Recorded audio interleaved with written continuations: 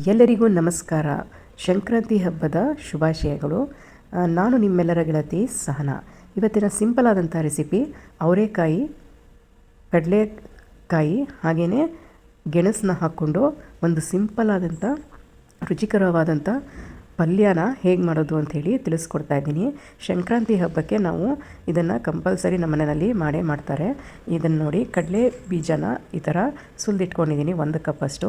ಇದರಲ್ಲಿ ಎಳೆ ಕಡಲೆಕಾಯಿ ಬೀಜ ಇರುತ್ತೆ ನೋಡಿ, ಅದನ್ನು ಹಾಗೇ ಸಿಪ್ಪೆ ಸುಲಿದಿರ ಹಾಗೆ ಹಾಕ್ಕೊಳ್ಳಿ, ತುಂಬ ಚೆನ್ನಾಗಿರುತ್ತೆ. ಹಾಗೆ 1 ಕಪ್ಪಷ್ಟು ಅವರೆಕಾಯಿ ಹಾಕ್ಕೊಂಡಿದ್ದೀನಿ ಮತ್ತು 2 ಗೆಣಸನ್ನು ಹಾಕ್ಕೊಂಡಿದ್ದೀನಿ.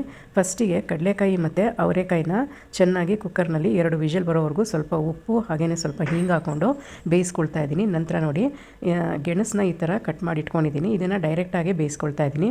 ಇದನ್ನು ಕೂಡ ಬೇಯಿಸ್ಕೊಳ್ಳುವಾಗ ಸ್ವಲ್ಪ ಹಿಂಗು ಹಾಗೆಯೇ ಸ್ವಲ್ಪ ಉಪ್ಪು ಹಾಕ್ಕೊಂಡಿದ್ದೀನಿ. ಜಾಸ್ತಿ ಉಪ್ಪು ಹಿಡಿಸೋದಿಲ್ಲ, ಅದಕ್ಕೆ ಸ್ವಲ್ಪ ಸ್ವಲ್ಪ ಹಾಕ್ಕೊಳ್ಳಿ. ನಂತರ ಒಗ್ಗರಣೆ ಮಾಡುವಾಗ ಮತ್ತೆ ಉಪ್ಪು ಹಾಕ್ಕೊಂಡ್ರೆ ಆಯಿತು. ಸೊ ಇದನ್ನು 20 ನಿಮಿಷ ಚಿಕ್ಕೂರಿನಲ್ಲಿ ಚೆನ್ನಾಗಿ ಬೇಯಿಸ್ಕೊಳ್ತಾ ಇದ್ದೀನಿ. ತುಂಬ ಮೆತ್ತಗಾಗೋವರೆಗೂ ಬೇಯಿಸ್ಕೊಳ್ಳೋದು ಬೇಡ, ಸ್ವಲ್ಪ ಗಟ್ಟಿ ಇರುವಾಗಲೇ ತೆಕ್ಕೊಳ್ಳಿ. ತಿನ್ನೋದಕ್ಕೆ ಚೆನ್ನಾಗಿರುತ್ತೆ. ಮೆತ್ತಗಾಗ್ಬಿಟ್ರೆ ಎಲ್ಲ ಹೀರೋಗ್ಬಿಡುತ್ತೆ ಪಲ್ಯ ಮಾಡುವಾಗ, ಅಷ್ಟು ಚೆನ್ನಾಗಿರಲ್ಲ. ಇವಾಗ ಚೆನ್ನಾಗಿ ಇದು ಬೆಂದಿದೆ, ಒಂದು ಸೈಡ್ನಲ್ಲಿ ತೆಗೆದಿಟ್ಕೊಳ್ತಾ ಇದ್ದೀನಿ. ಎಲ್ಲ ತಣ್ಣಗಾದ ನಂತರ ಒಂದು ಒಗ್ಗರಣೆನ ಹಾಕ್ಕೊಳ್ಳೋಣ. 4 ಸ್ಪೂನಷ್ಟು ಮಸ್ಟರ್ಡ್ ಆಯಿಲ್ ತೊಗೊಂಡಿದ್ದೀನಿ. ನೀವು ಕೊಬ್ಬರಿ ಎಣ್ಣೆ, ನೀವು ಯಾವ್ದು ಬೇಕಾದರೂ ಎಣ್ಣೆನ ಯೂಸ್ ಮಾಡ್ತೀರಾ ಅದನ್ನೇ ಹಾಕ್ಕೊಳ್ಳಿ.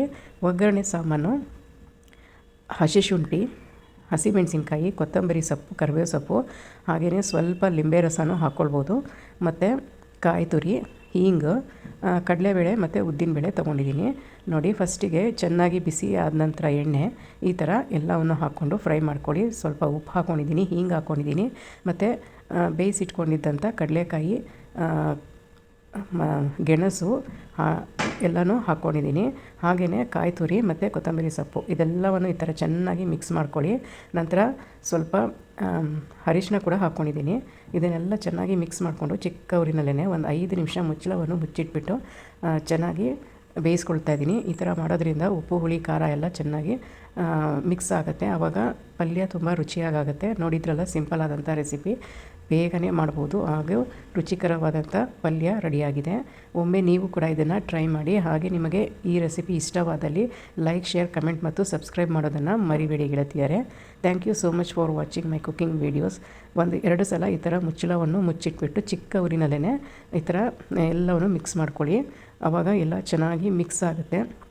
ನಂತರ ನೀವು ಇದನ್ನು ಹೀಗೇ ಸಂಜೆ ಸ್ನ್ಯಾಕ್ಸ್ ಕೂಡ ಮಾಡ್ಕೊಳ್ಬೋದು. ಇದರಲ್ಲಿ ಬಿಸಿ ಬಿಸಿ ಕಾಫಿ ಜೊತೆ ಇದನ್ನು ತಿನ್ನೋದಕ್ಕೂ ಚೆನ್ನಾಗಿರುತ್ತೆ. ಹಾಗೆಯೇ ಸಿಹಿ ಪೊಂಗಲು, ಖಾರ ಪೊಂಗಲ್ ಜೊತೆ ಈ ಪಲ್ಯ ಕೂಡ ಚೆನ್ನಾಗಿರುತ್ತೆ.